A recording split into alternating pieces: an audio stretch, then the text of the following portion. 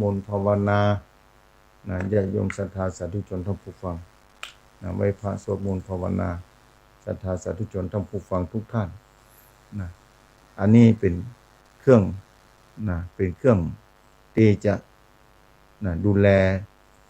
ความเป็นอยู่ดูแลจิตใจศรัทธาความเป็นอยู่ของศรัทธาเองก็เหมือนกันเพราะฉะนั้นญาติโยมศรัทธาสาธุชนท่านผู้ฟังสถานการณ์จะเปลี่ยนแปลงไปขนาดไหนก็ตามขอให้จิตใจศรัทธามั่นคงในพระพุทธศาสนาในพระรัตนตรัยก็ถือว่าใจได้แล้วญาติโยมศรัทธาสาธุชนท่านผู้ฟังเพราะชีวิตเป็นของน้อยถูกชราและความตายลุกลามอยู่เงียบๆเจ้าวันนี้มาปากันทำว่าบนดอยนี้อากาศเย็นอยู่ก่อหนาวอยู่เนอะศรัทธาภาคเจ้านะอากาศเย็นหนาวอยู่แต่ว่าก็ไปงานที่วัดป่ากล้วยศรัทธามาจากหลายที่เหมือนกันมาร่วมบุญบนดอยเลยจากวัดอันตมาไปนี่ประมาณอยู่6 กิโลประมาณนั้นมีโยมที่เครื่องสีขาว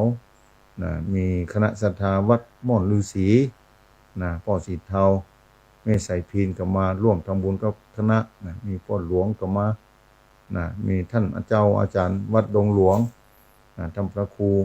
เจ้าคณะตำบลวังผางวัดดงหลวงท่าน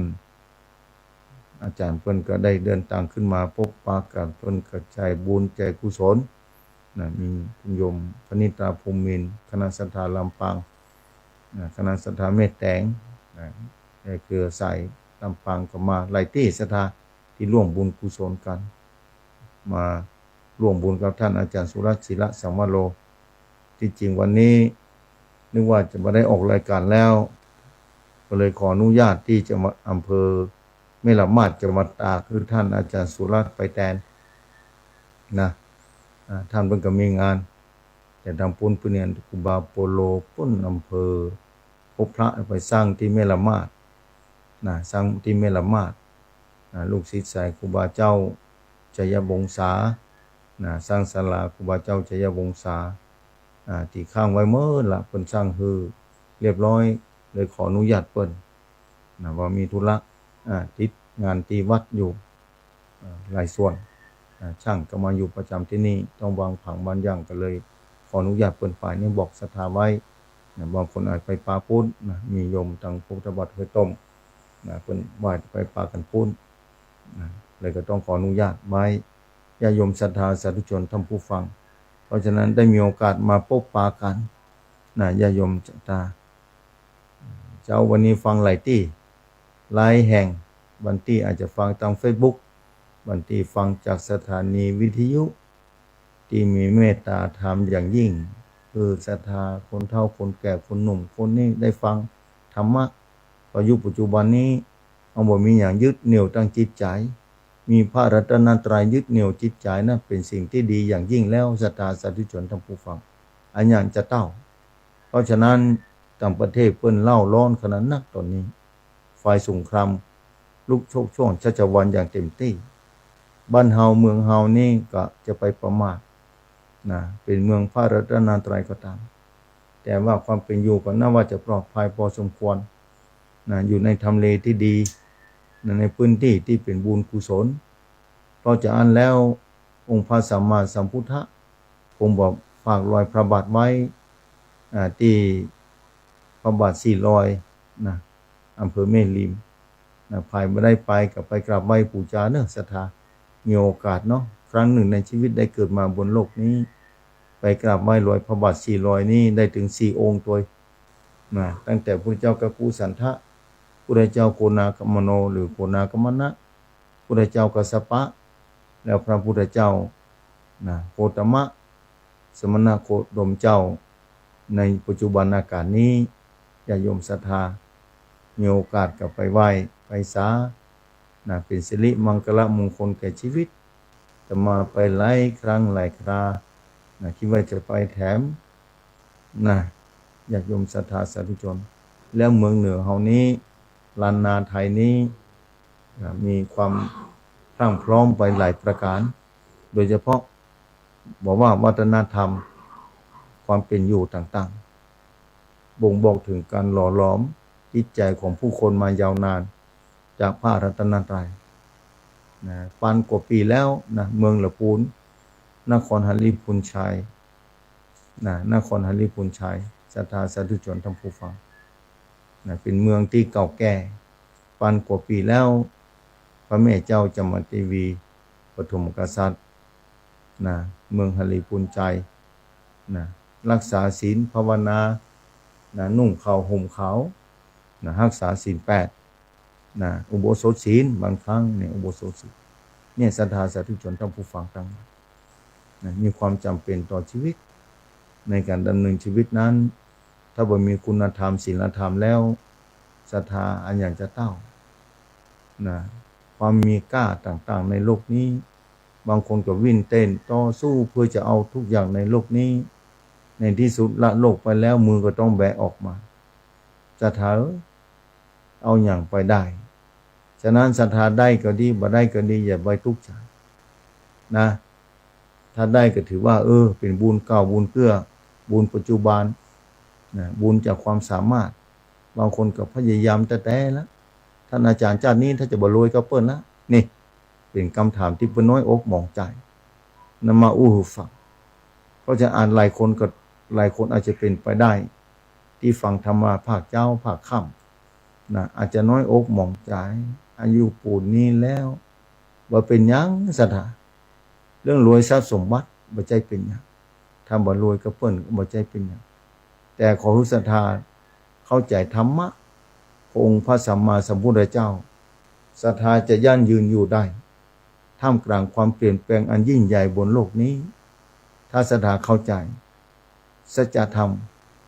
พระองค์พระสัมมาสัมพุทธเจ้าแม้เราอาจจะเข้าบ่ถึงจะกำจัดอาสวะกิเลสไปบ่เสี่ยงบ่หมดแต่สามารถอยู่เส้นทางนี้ได้แล้ว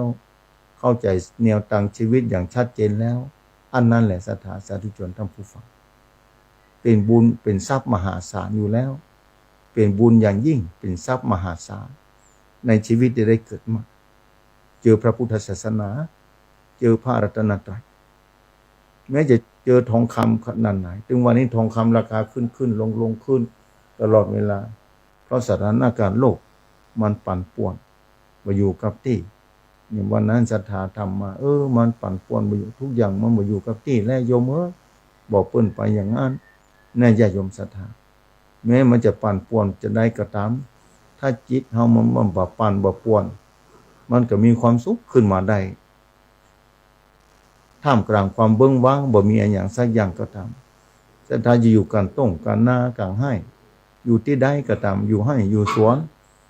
ทำมาหากินเป็นแม่ค้าพ่อค้าไปค้าไปขายวันอาจจะได้ขายนักวันอาจจะบ่ได้ขายพ่อก็เป็นปกติธรรมดามีเหมือนกันพ่อค้าแม่ค้าโทรมาก็ให้เพิ่นฟังบอกว่าบ่เป็นหยังโยมเอาทำหน้าที่ดีที่สุดแล้วเอาเป็นแม่ค้าเอาก็ไปนั่งในกาดไปเตียวขายเล่ขายเอาก็ทำหน้าที่ของการเป็นมนุษย์ต้องทำมาหากินเลี้ยงอัตราชีวิตขับเน่าธาตุทั้งสี่มันแปรปรวนขอให้อยู่ได้ไปวันหนึ่งเอาละอย่าได้ทุกข์ใจมีความสุขขึ้นมาท่ามกลางความว่างเปล่าเดียวดายนี่แหละบอกว่าถึงบ่รวยบ่ใจเป็นหยังฮือศรัทธาฝังแบบนั้นอย่าทุกข์ใจรวยก็เป็นบุญจากก่อนปันหลังที่สั่งสมมากับจากปัจจุบันนี้เติมแต้มแถมเป็นแบบนั้นศรัทธาสาธุชนท่านผู้ฟังนะเป็นเหตุเป็นปัจจัยซึ่งกันและกันนะหลายภพหลายชาติเพราะฉะนั้นเอาปัจจุบันนี้สร้างปัจจุบันนี้คือได้ทำปัจจุบันนี้คือดีที่สุดเราที่จะดีได้ทำไปเถอะคนแล้วคนเล่าที่จากถึงสีขาวไปท่านอาจารย์จะปล่อยหลวงมาได้เจดีย์นั่นนะโทรถามมาหลายคนโทรถามมาบอกว่าใจเย็นๆศรัทธาจะใจเย็นบอกได้แถมมามันเกี่ยวด้วยเรื่องหลายประการบอกเพิ่นนะมันหลายเรื่องหลายประการนะถามว่าแล้วละกาถ้าปู่ศิลาแรงกันแล้วบอกว่าถ้าปู่กำเดียวกันแล้วละบอกช่างคัดได้นี่พอตั้งลุ่มจันล่างนั่นจะเป็นศิลาแรงโชว์มาได้เพิ่นฟังนะศรัทธาบางคนเพิ่นก็ทำมา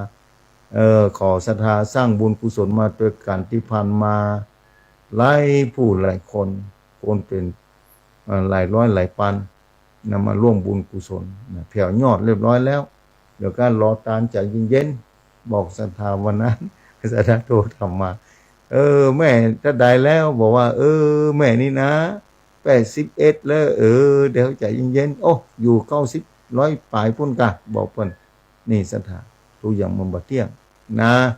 โอ้ศรัทธาฟังและสถานการณ์บ้านเมืองต่างประเทศเพิ่นลบราฆ่าฟันกันนะบ้านเฮาก็ยังไปให้ไปสวนไปนาวันนั้นมีโยมคนหนึ่งที่ลำปางบ่บอกอำเภอไหนนะไปฮู้จักเปิ้นนะบ่บอกอำเภอไหนนะเปิ้นจะไปป่นอิสราเอลป่นนะเพราะว่าท่านอาจารย์จะไปต่างประเทศจะไปที่ไหนจะไปอิสราเอลนะบ่นะโอ้โยมบ่ไปดีก้ามันเป็นจะได้ท่านอาจารย์ทางป่นมันเป็นตะวันออกกลางนะบอกว่ามันโอ้นาเขาไหลเที่ยวเรื่องมาแล้วเพิ่นก็ฮบกันบ่ใช่กาบอกว่าน่ะบ่ดีไปแล้วกาบอกว่าผมนี่ถ้าจะฟัง Facebook อยู่ถ้ามีปุณถ้าบุญมีถ้าจะฟังเนอะจะติดจะจ่อนะหรือว่ามันเป็นจะได้ก็บ่ฮู้ล่ะบ่เดี๋ยวนี้นะบอกปุณแล้วว่าท่านอาจารย์ทำรายการทำนี่ไปหลายหมื่นแล้วนะเพิ่นมาหลอกมาจมูกอยู่ที่ปุณว่าจะขอไปทางปุณอีนี่บ่ได้อยู่ปุณน่ะอิสราเอลปุณน่ะซะวันนั้นนะบอกว่าบ่ต้องไปประเด็นนี้เฮ้ยระเบิดก็ลงที่อิสราเอลก็มากึดโยมเอาบุญเอาวาสนาว่าเนอจะไปปุ้นจะไปลืมไว้พระสวดมนต์เนอบอกเพิ่นตานบอกเพิ่นอยู่จะไปลืมไว้พระสวดมนต์เนออยู่ประเทศใดก็ตามในโลกนี้อยู่ต่างประเทศก็ได้อยู่ประเทศใดก็ได้แต่เอาอย่าไปลืมไว้พระสวดมนต์ภาวนาเนอบอกเพิ่นนะมันไว้พระสวดมนต์ภาวนาไปต่างประเทศอิดหิวจ้างเตอทำมากินก็จะไปลืมเนอบอกเพิ่นแบบนั้นนะวันนั้นก็อยู่ที่ปุ้นน่ะเนี่ยศรัทธาทุกอย่างบ่เที่ยงเอาบุญเอากุศลว่ารหัสกรรมมันเป็นไปแบบนั้นนะรหัสกรรมนี่แหละตกแต่มนุษย์คนเฮาอย่างที่เคยมีคนมาถามกรรมมันลูกที่ไหนมาท่านอาจารย์นะลูกที่ไหนมาจะไปลูกที่ไหนลูกที่เฮานี่กะตัวเก่านี่แหละในกายกรรมวจีกรรมมโนกรรมใครบ่เคยทำคือเฮาเอาทั้งนั้นเป็นคนทำนะอดีตการอันยาวไกลบุเพนิวานุสติญาณองค์ของพระองค์สัมมาสัมพุทธเจ้านะกระจ่างอย่างเมื่อวันอย่างดวงอาทิตย์ส่องเมื่อวันอย่างใดในของพระองค์นี่กระจ่างในการอติตาสยานที่ยิ่งใหญ่มีทรัพย์สมบัติที่มั่งคั่งแต่ไม่เคยได้หารทุกคนได้ว่าจากก่อนทำอันอย่างมาไว้ถึงมาเป็นคนแบบนี้ถึงได้เป็นมนุษย์ถึงได้มาเจอพระรัตนตรัยอันนี้ขององค์พระสัมมาสัมพุทธะพระองค์ท่านเจ้ามาเป็นนาถะเป็นที่พึ่งของโลกอันยิ่งใหญ่หาประมาณบ่ได้ในโลกนี้เอาข่าวต่างหลายเกิดในโลกนี้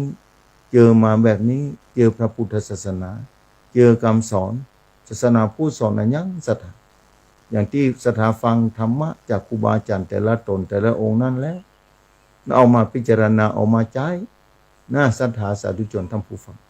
เอานำมาใช้จะได้มีความสุขในครอบครัวจะได้มีความสุขกับตัวเก่า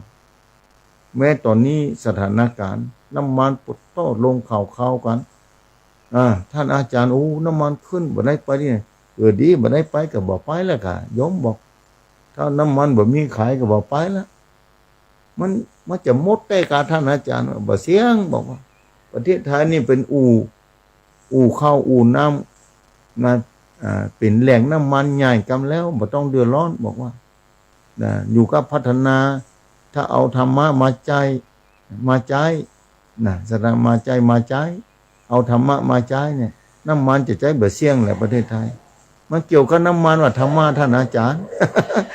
เพิ่นถามนะมันเกี่ยวกับน้ำมันว่าท่านอาจารย์ธรรมะน่ะก็ยังบ่เกี่ยวจะได้บ่เกี่ยวกับธรรมะจะได้น้ำมันมันมีถ้าบ่มีธรรมะมันก็มันขาดแบบนี้แหละเนี่ยมันจะบ่มีขายฮื้อแหละบอกว่าอันนี้เพราะว่าเพิ่นบ่มีธรรมะนี่ถ้ามีธรรมะ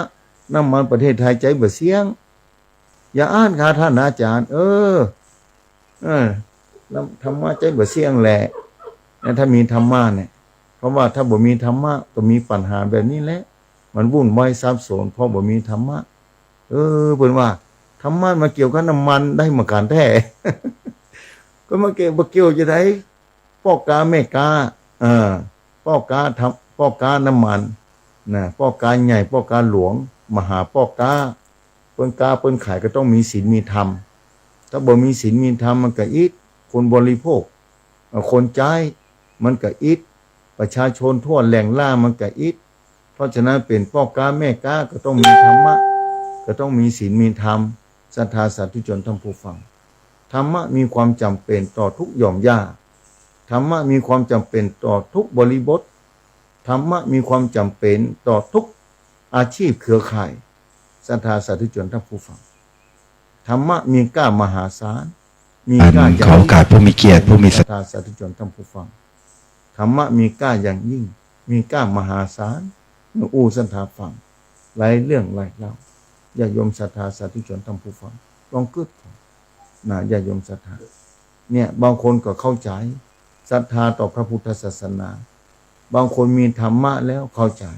แม้น้ำมันจะบ่มีน้ำมันบ่มีขายเพิ่นก็บ่ได้หวั่นไหวนะในประเทศไทยนี่ขอมีข้าวกินอาหารอุดมสมบูรณ์นะมีข้าวกินบนดอยนี่เพิ่นปลูกผักปลูกไม้หรอกวันนั้นน่ะบอกว่าจะไปเดือดร้อนน้ำมันบ่มีขายก็ปลูกผักปลูกไม้กินมันถึงบ่อดตาย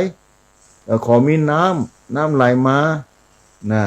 ขายแล้วมันได้ขายในการปลูกกี่ไร่บ่ปลูกกี่ไร่ปลูกมา4 ไร่ก็ปลูกนาใจเย็นๆมันได้ขายก็ขอตัวเก่ามาตายก็เอาแล้วบางคนเพิ่นบ่มีกินมันจะตายเฮามีกินอย่ามาตายเตื้ออย่าอ้างนะท่านจะไปเดือดร้อนใจเย็นๆบอกคนนี่เนี่ยศรัทธาบางคนบ่เข้าใจเนี่ยที่จริงอาหารเปเริ่มมันจะตายก่อนที่สงครามมันจะระเบิดมันจะมาแหละเพราะว่ามันกึดเนี่ยความคิดเนี่ยมันอันตรายเนี่ยความคิดมันจะฆ่าตัวเก่าคนเดียวนะศรัทธาเนี่ยความคิดต้องควบคุมความคิดตัวเก่ามันปรุงแต่งเนี่ยพระพุทธเจ้าบอกว่าเนี่ยเพิ่นฝึกปฏิบัติธรรมนี่เพิ่นต้องควบคุมจิตใจต้องระวังความคิดเพิ่นอยู่คนเดียวก็ต้องระวังความคิดอย่างท่านพระครูรายการที่จบไปนี่ท่านพระครูวรธรรมนาถเพิ่น8 ข้อเนาะเนี่ยศรัทธาสาธุชนท่านผู้ฟังต้องระวังแบบนั้นต้องระวังความคิดนี่ใครพักบ่ได้มีความทุกข์ใจเกิดขึ้นมาน่ะนี่ศรัทธาลองกึศนะลองกึศพอใครของมาได้เนี่ยจะตายแท้ๆว่าบ่ตายเตื้อบอกไอ้ที่บ่ขายบ่ได้ถ้าเป็นอาหารก็กินได้นี่บอกว่ามันจะเน่าเสียแต่ร่างกายบ่เน่าก็เอาใจเย็นร่างกายมันบ่จะเน่าบ่ได้เสียเตื้อดูแลร่างกายนี่มีก้ากว่าอย่างอื่นหมดเป็นแม่กาพ่อกาวันนั้นโทรมาอู้จ๋าคือเป็นฝังเนี่ยศรัทธาสาธุชนท่านผู้ฟังต้องเข้าใจแบบนั้นเนี่ยถ้าคนมีธรรมะนะถ้าคนมีธรรมะเนี่ยศรัทธาลองกึศแม้สถานการณ์อันอย่างเกิดขึ้นสามารถเอาธรรมะมาใจแลอยู่ได้เพราะร่างกายมันมีก้าทุกส่วนมีก้ามหาศาลวันนั้นเขาลงคลิปลงพอเพิ่นขโมยละอ่อนขโมยคนกับประเด็นเนี่ยเอาไปก้าไปขายมนุษย์น่าสงสารโลกมนุษย์จิตใจมนุษย์มันตกต่ำลงขนาดนั้นเชียวหรือตอนนี้กึ่งพุทธกาลนี่สถาอันยังจะปานนั้นร่างกายเพิ่นออกมาเนี่ยตายละกาตาอ่อนหัวใจละกาเตาอีอันยังจะปานนั้นน่ะเนี่ยมนุษย์จิตใจตกต่ำเพราะบ่มีธรรมะบ่มีคุณธรรมบ่มีศีลบ่มีธรรมลองคิดซะเนี่ยมันเป็นแบบนั้นแต่อย่าโยมศรัทธาลองคิดเนี่ยคุณธรรมบ่มีเพราะฉะนั้นเมื่อเป็นแบบนั้นโลกมันก็วุ่นวายซับซ้อนมันวุ่นวายอย่างไหนหลวงพ่อต่างประเทศบ่ใจเพิ่นคงบ่มีธรรมะในจิตในใจเลยบ่มีธรรมะในจิตในใจบ่ได้ศึกษาพระพุทธศาสนาศึกษาแล้วถ้าบ่เอามาใช้มันก็บ่เป็นประโยชน์อย่างศรัทธาศึกษาทำมาหากินอย่างศรัทธาศึกษาหุงข้าวหุงน้ำปลูกข้าวปลูกน้ำถ้าศรัทธาศึกษาแล้วบ่นำไปปฏิบัติบ่เอาเข้าไปหว่าน ลำบากยากเข็นขนาดไหนมันเป็น บ่นี้สักอย่างนะบ่เกี่ยวข้าวเบามาตีเบามาฟาดเบามาสีเบามาหงสถาแล้วความหิวมันจะหายไปอย่างไรความทุกข์มันก็เกิดขึ้นอยู่ล่ำไปความทุกข์ก็เกิดขึ้นตลอดเวลาพอต่างประเทศตอนนี้หันก็ประเทศที่มีน้ำมันเหมือนกันนะรวยมหาศาลนะในประเทศอิหร่านนะสหรัฐอเมริกาประเทศมหาอำนาจศรัทธาลองขึ้นพอเนี่ยวุ่นวายซับซ้อนไปหมดพ่อเนี่ยพ่อบ่มีความพอเพราะฉะนั้นองค์พระบาทสมเด็จพระเจ้าอยู่หัวรัชกาลที่9พระองค์ท่านเจ้าเพิ่นศึกษาปฏิบัติธรรมมาตลอดบอกพระสงฆ์นิกรชาวไทยนะปวงชนชาวไทยตอนนั้นคงมีอคติหลายเรื่องหลายเล่ามันเศรษฐกิจพอเพียงเมื่อใดจะรวยนี่ศรัทธาวันนั้นนะได้อู้กับโยมคนหนึ่งบอกว่าเศรษฐกิจพอเพียงนี่ภายมีเศรษฐกิจพอเพียงคนนั้นรวยขึ้นกับท่านมันรวยอยู่ได้ท่านอาจารย์ว่ารวยความสุขบอก รวยความสุขแหละโยม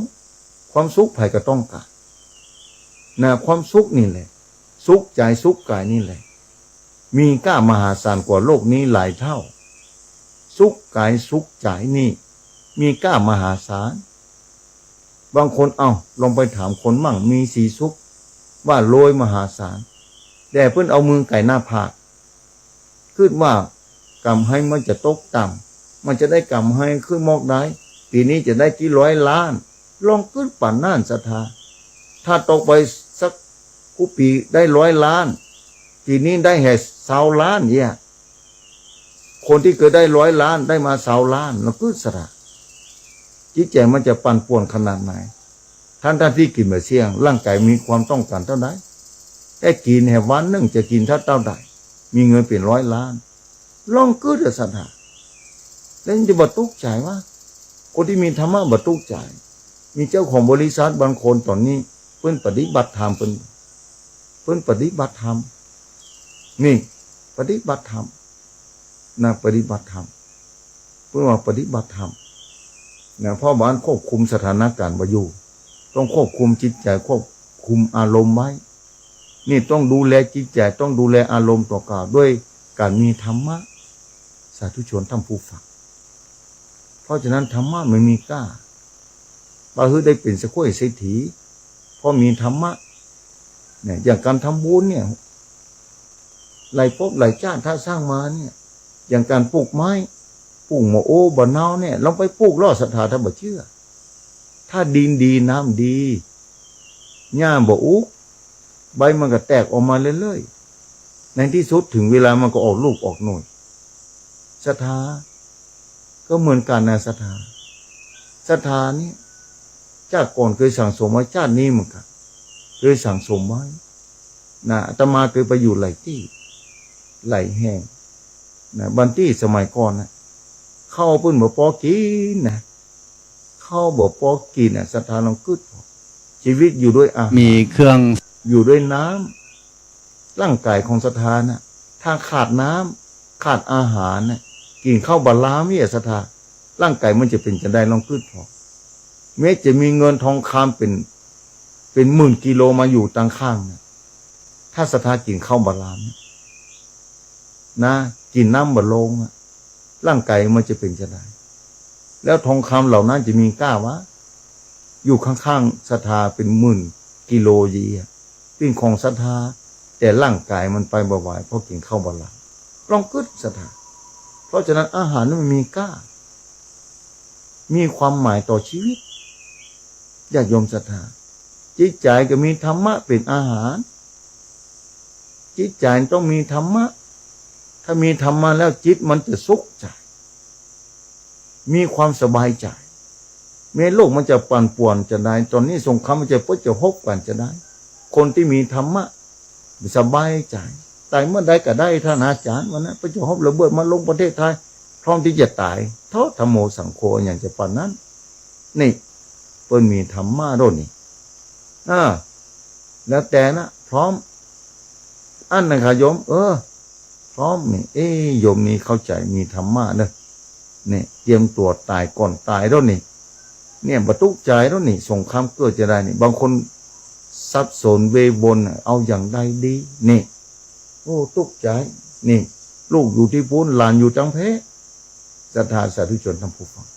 แต่คนมีธรรมะทำปัจจุบันไปติ๊กเพราะว่าต้องดูแลร่างกายดูแลจิตใจบางคนต้องดูแลครอบครัวเป็นพ่อเป็นแม่นี่เป็นพ่อเป็นแม่คนนี่ต้องดูแลครอบครัวต้องดูแลสภาพจิตสภาพใจนะดูแลการทำมาหากินนะดูแลเศรษฐกิจในครอบครัวแต่ว่ามันจะได้บัดได้มันจะพัฒนาขึ้นมันเป็นอย่างไรถ้ามีธรรมะแล้วมีความสุขเกิดขึ้น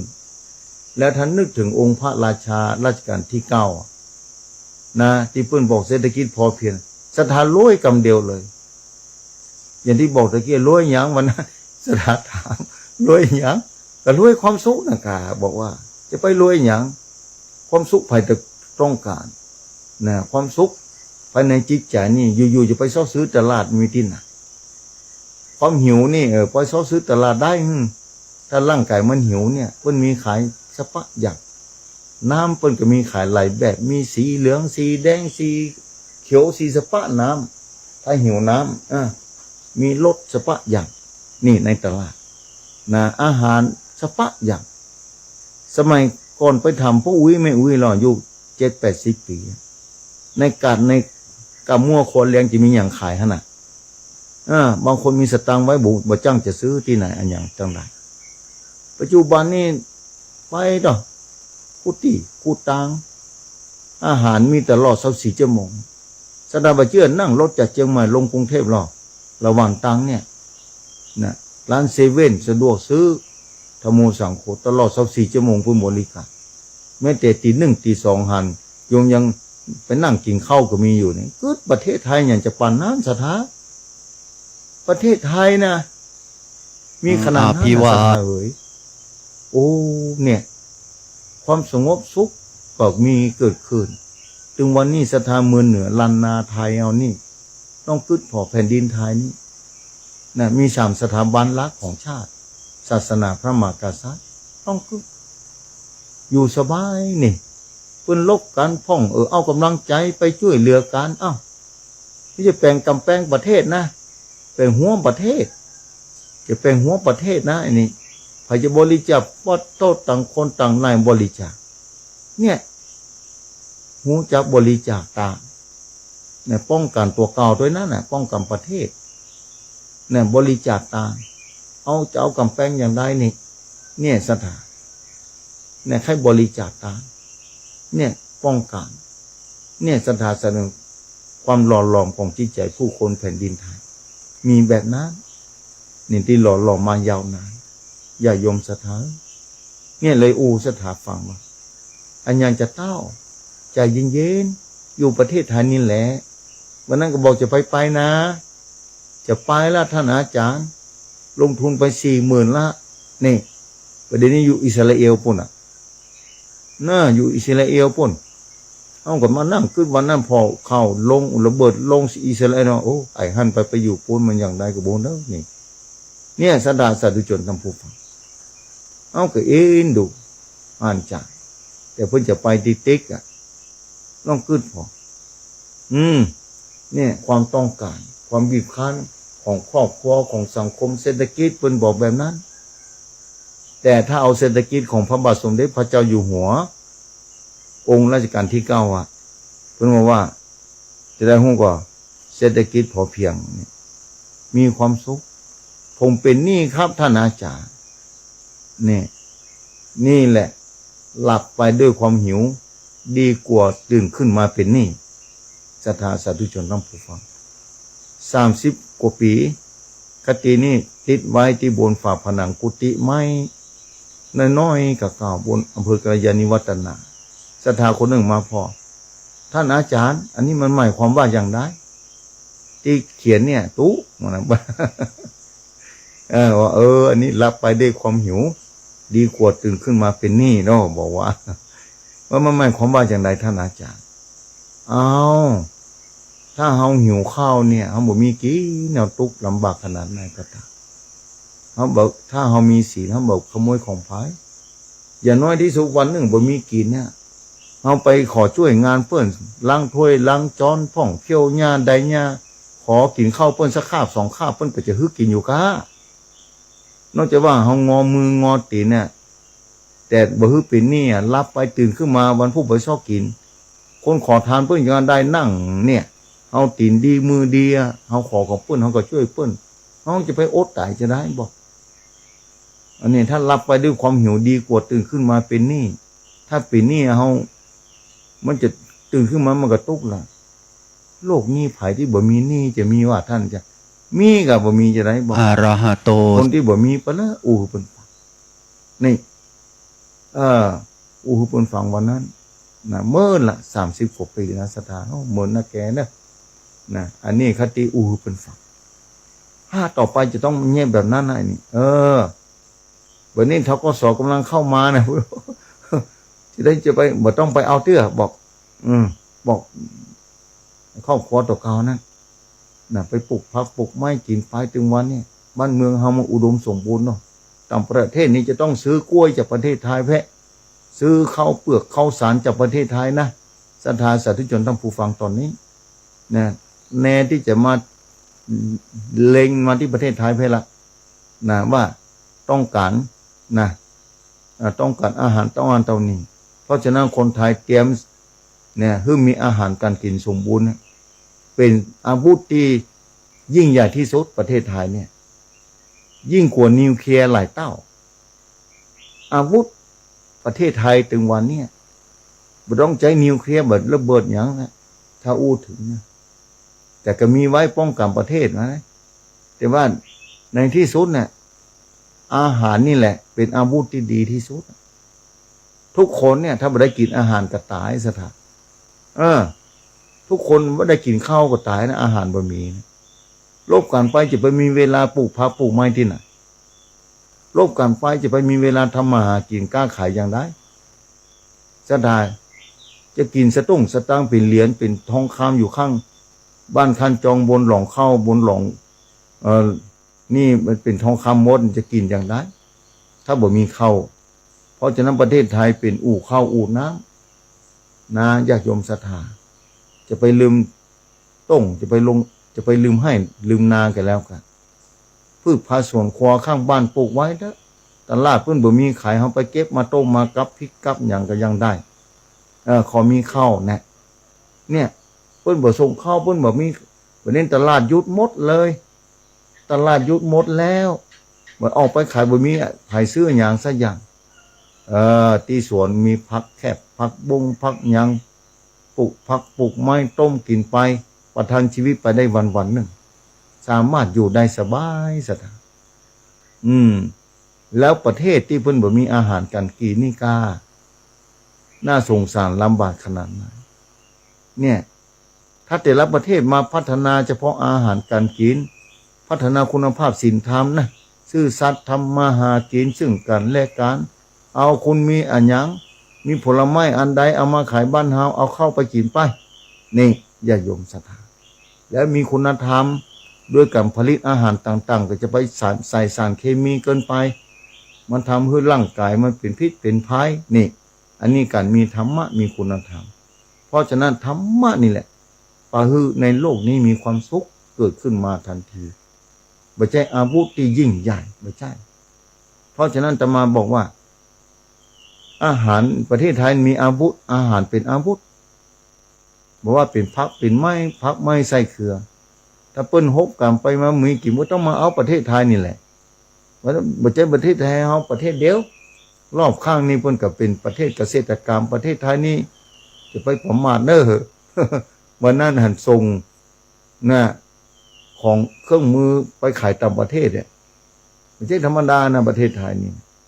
เนี่ยญาติโยมศรัทธาสาธุชนท่านผู้ฟังนะอาวุธยุทโธปกรณ์ผลิตคนเดียวได้เหมือนกันนี่แต่จะไปลืมผลิตอาหารกันแล้วกันนะ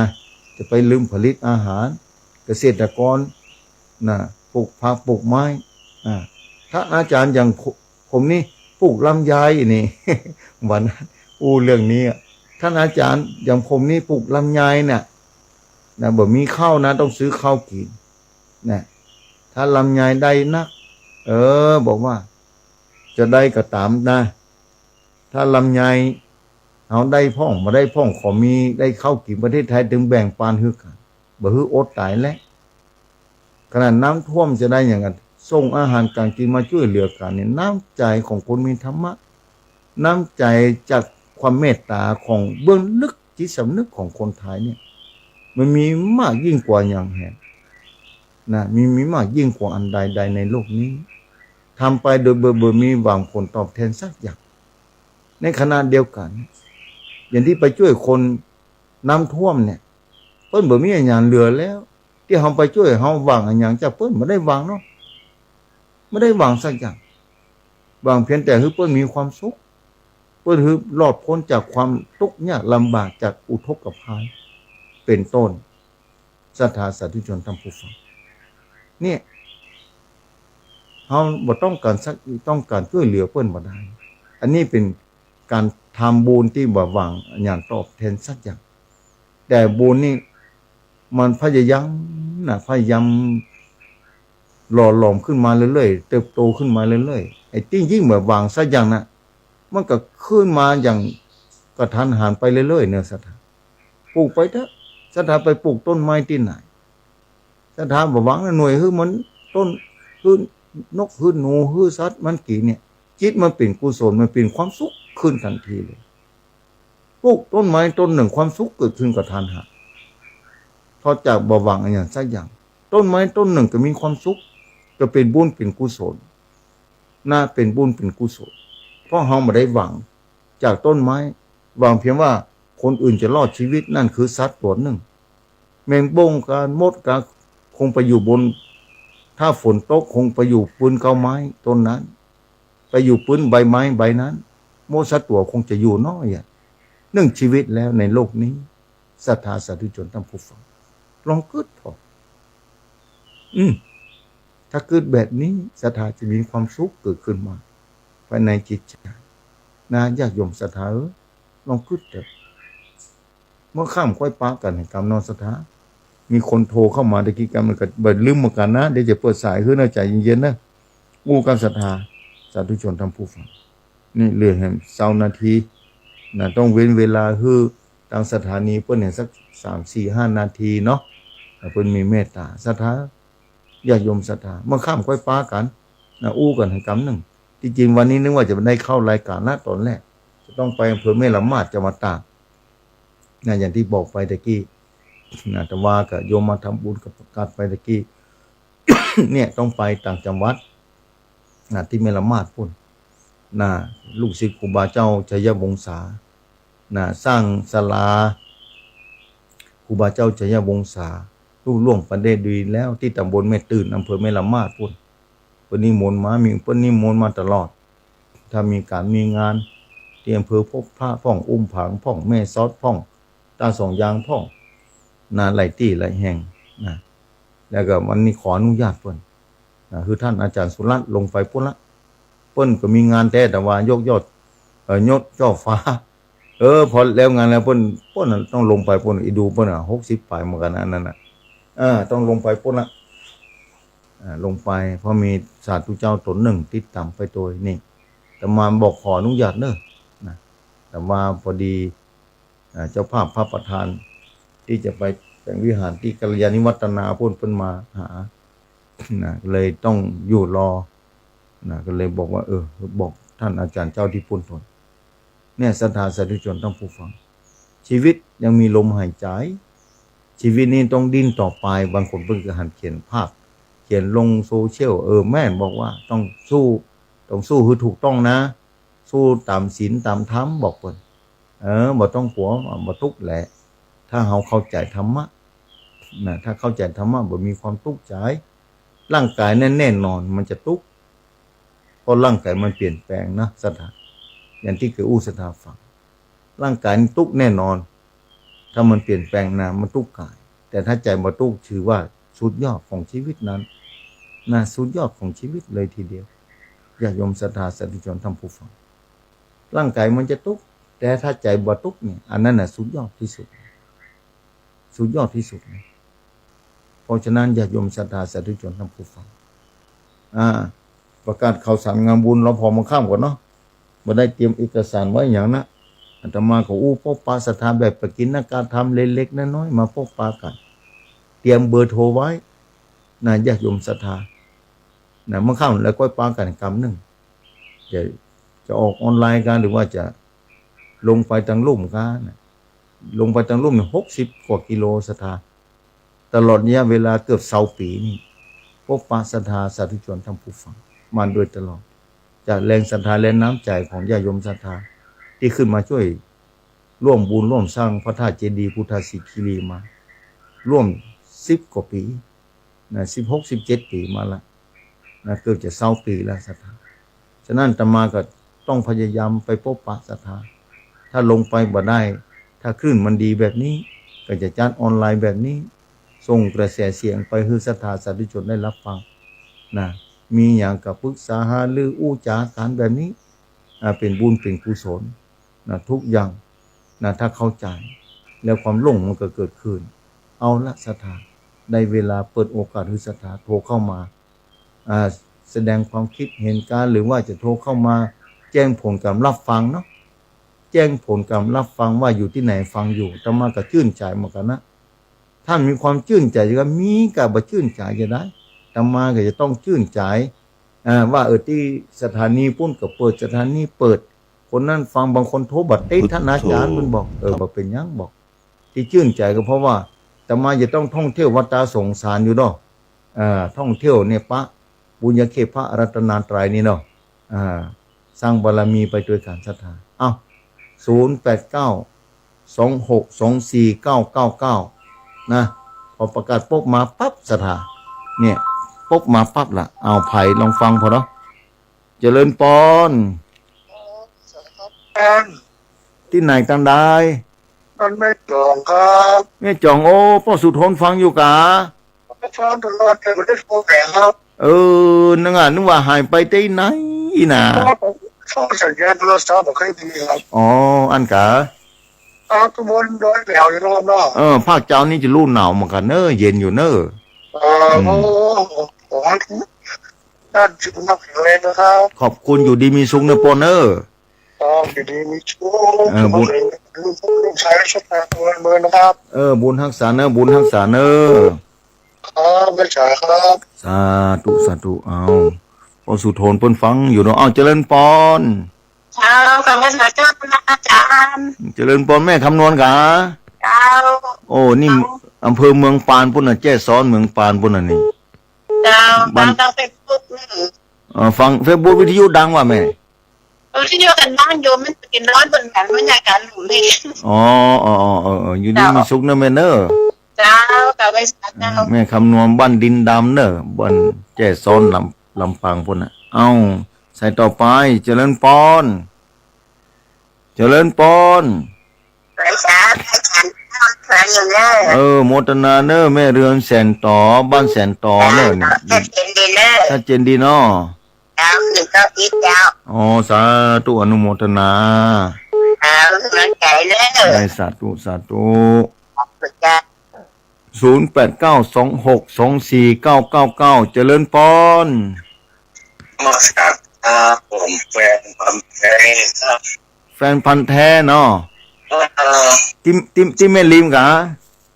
คำว่าแม่ลิมนี่ครับคำว่าแม่ลิมอีเนาะผมฟังตลอดท่านออกทุกวันอาทิตย์เนาะแม่วันอาทิตย์เนาะผมฟังตลอดครับขอบคุณอนุโมทนาเนอะมีไหนอยู่สบายเท่าประเทศไทยแล้วครับเนาะบ่มีที่ไหนแล้วในโลกนี้ในโลกนี้แล้วไผก็ใครมาอยู่ซื้อได้ก็จะซื้อมาอยู่แหละประเทศไทยเนี่ยเป็นเฉพาะจังหวัดเชียงใหม่เนาะเชียงใหม่นี่โทษอนุโมทนาเนอะฟังท่านตลอดปีม่วนครับม่วนเนาะขอบคุณเนอะสาธุสาธุเจริญพรสาธุนี่แม่ลิมเนอะเพิ่นฟังตลอดนะเพิ่นฟังตลอดเป็นแฟนพันธุ์แท้ว่ะเจริญพรหลุดไปใส่หนึ่งเข้ามาใส่ใหม่เจริญพร เจริญปอนฟังทางโทรศัพท์วิทยุ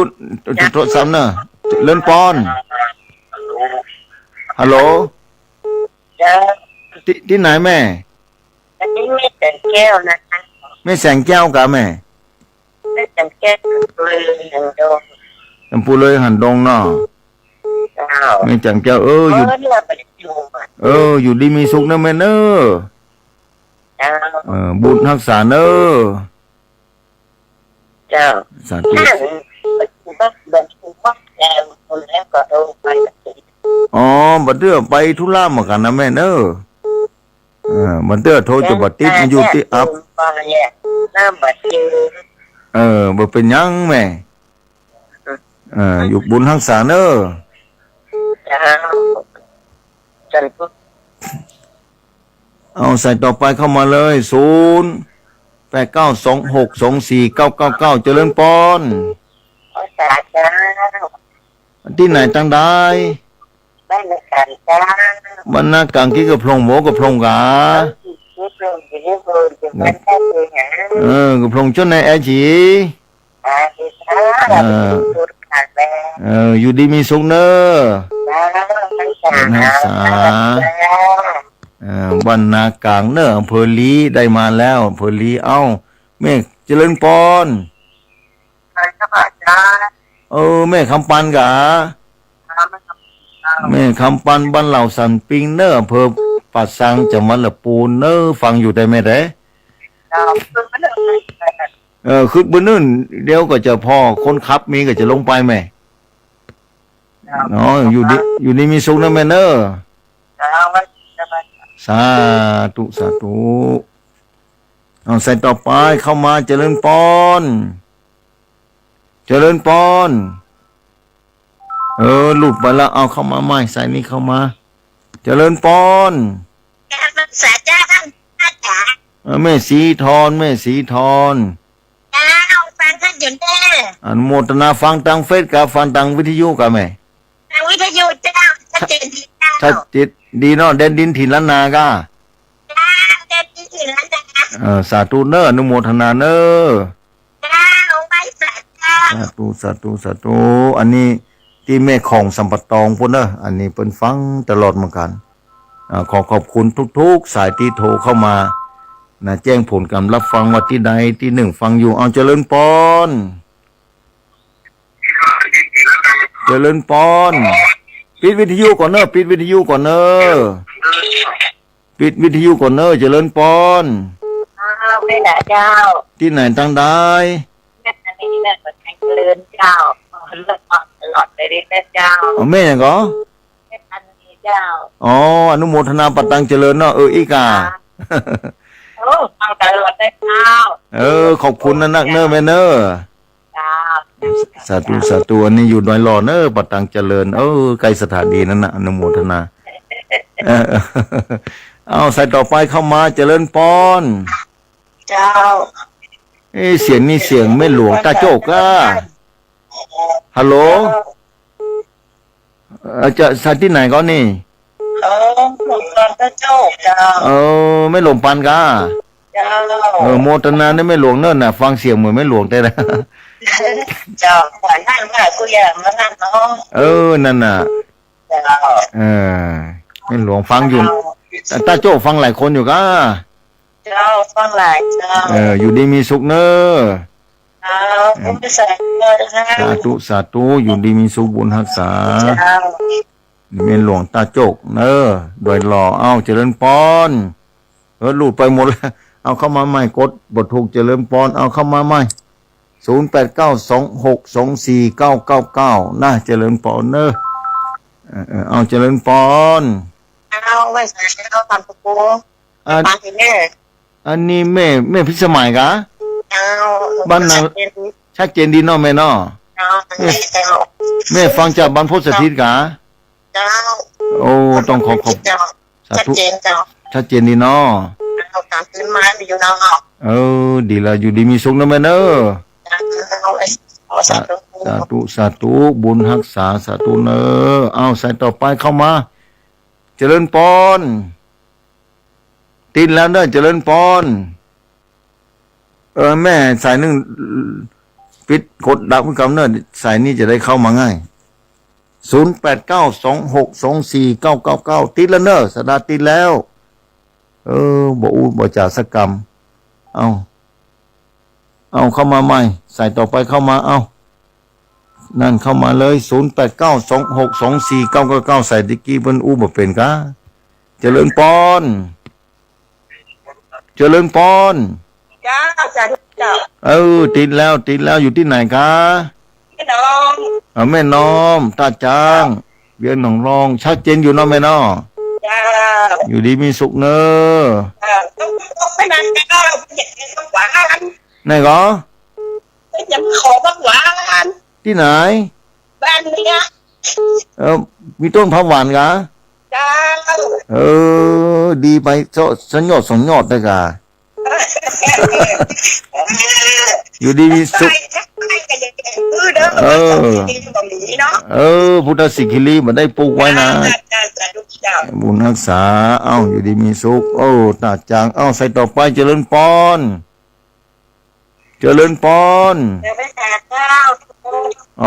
อันนี้แม่หลวงสายฝนน้องชัดเจนดีเนาะน้องผ้าขาวป่าซางสาธุใส่ต่อไปเข้ามาเจริญพรไม่จากแก้การสักครู่มีบัวลอยมีชุดพ่อผมแต่ก็อำเภอแม่สวยเจ้าแม่บัวลอยตาก้อแม่สวยอำเภอแม่สวยเชียงรายฟังตลอดนะแม่เนาะขึ้นดารุณีเจ้าขึ้นดารุณีคำสอนเจ้าสาธุเนออยู่ดีมีสุขแม่บัวลอยตาก้ออยู่ดีมีสุขบุญรักษาเนอสาธุเจริญพรหลุดไปเห็นแล้วใส่ต่อไปเข้ามาเจริญพรมันโยนมันนักเจริญพรฮัลโหลเจริญพรที่ไหนก็สามยอดป่าซังนะแม่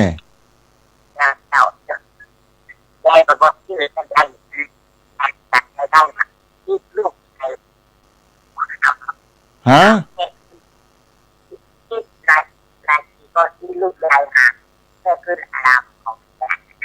นั่นกะลูกเบาที่ลูกเบาพาขึ้นมาหานะแม่เดี๋ยวนี้เพิ่งไปไหนก็อยู่แค่จะมาทำงานปีใหม่นี้มาเนาะอนุโมทนานะแม่เนอะแม่ฟังตลอดกะ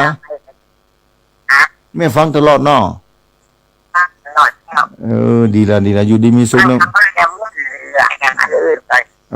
ฟังธรรมะม่วนต้องได้สิจิตจิตเด็กต้องฟังธรรมะ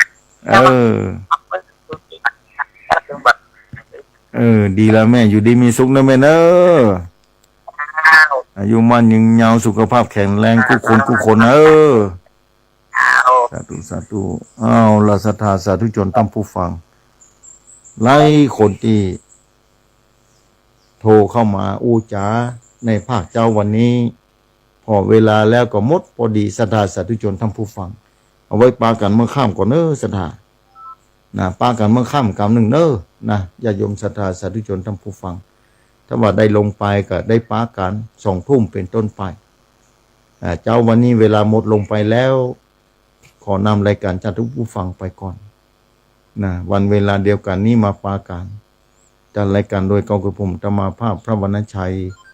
ชยานันโทวัดพุทธสิกิรีตำบลบ้านแปะอำเภอจอมทองจังหวัดเชียงใหม่ขอคือคณะศรัทธาสาธุชนทั้งผู้ฟังมีความปลอดภัยในชีวิตคืออยู่ดีมีสุขภาพพรรณนามัยคือแข็งแรงบุญรักษาตลอดกาลความทุกข์อย่าได้เกิดขึ้นเรื่องกายและใจอายุวันโนสุขังพลัง